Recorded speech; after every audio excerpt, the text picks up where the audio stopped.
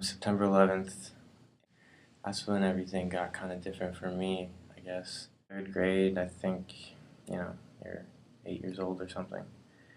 And, it didn't help that I was Afghan on top of that.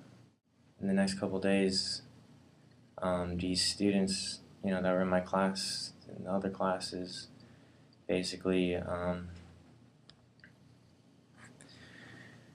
they started asking, the terrorists were Muslim, the terrorists were Afghan.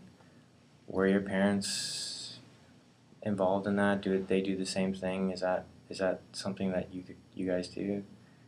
And now thinking about it, you're just like, no.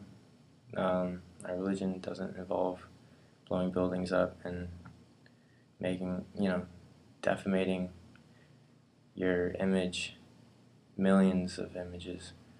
Now when you think of a terrorist, you don't think of what it can be, you think of what it was then. When you think of a terrorist, you think of, fist-length beard Muslim with turbans and AK-47. Have you ever been marginalized? I have, and this is my story.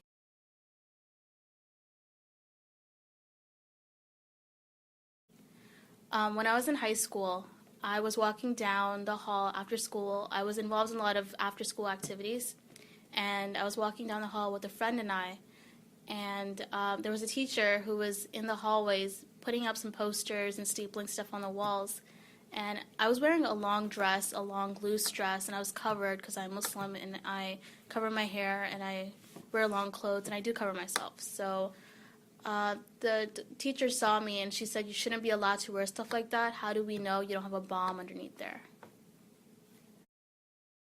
Back then, it was just shocking. Didn't make me angry. It didn't make me want to yell at them or anything. It literally just made me want to cry. You just go from being me, Waleed, to the Afghan kid, the Muslim kid, the terrorist.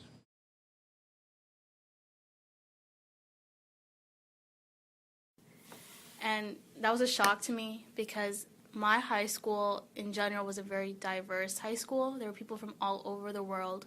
So it was a shock to me that in such a diverse school, how could a teacher even have the audacity to say something like that to one of the students?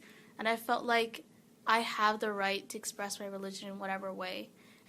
I was expressing my cultural beliefs, my religious beliefs, by dressing modestly, because that is the basis of one of the fundamental beliefs of my religion. And for someone to look at the way I dress and make such a comment was very hurtful, because I feel like an educational institution is somewhere you go to feel safe, a place for dialogue, a place to learn, and to be judged is just not right.